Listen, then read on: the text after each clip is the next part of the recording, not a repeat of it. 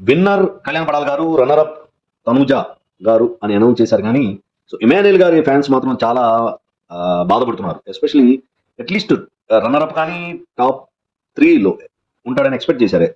Because Emmanuel గారు లేనిదే big boss season 9 లేదు. So entertainment king. సో మంచి ఎంటర్టైన్మెంట్ ఇచ్చాడు. అతనికి బాటమ్ 2 అంటే 5లో బాటమ్ 4 వచ్చింది. సో దానికి ఇమాన్యుయల్ గారి ఫ్యాన్స్ చాలా మంది మెసేజ్లు కానీ సోషల్ మీడియాలో వాళ్ళ యొక్క బాధను వ్యక్తీకరిస్తున్నారు.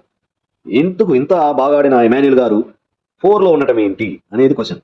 సో వాళ్ళ యొక్క బాధలో వాళ్ళు బాధపడటంలో తప్పలేదు అనిపిస్తుంది.